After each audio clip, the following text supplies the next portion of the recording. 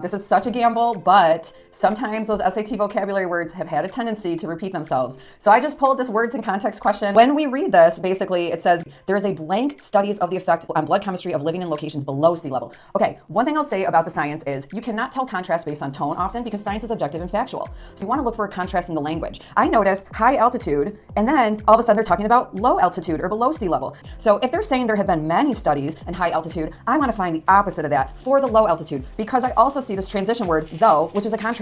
If you're not familiar with any of these words, you should be starting a list of SAT words you don't know, and you should be looking up the definitions because I'll tell you guys the words on the SAT repeat a lot. Coral obviously is to argue, that's not going to do it for us. Profusion, pro means like a positive thing. Profusion is basically a lot. I'm just like really simplifying this. Verisimilitude, well, you see the root vera if you want to use linguistics. So this basically means it seems to be true. So none of those really fit the bill. So really the word we need here is paucity because paucity means little of or not a lot of. So the answer is going to be B because it contrasts with many studies.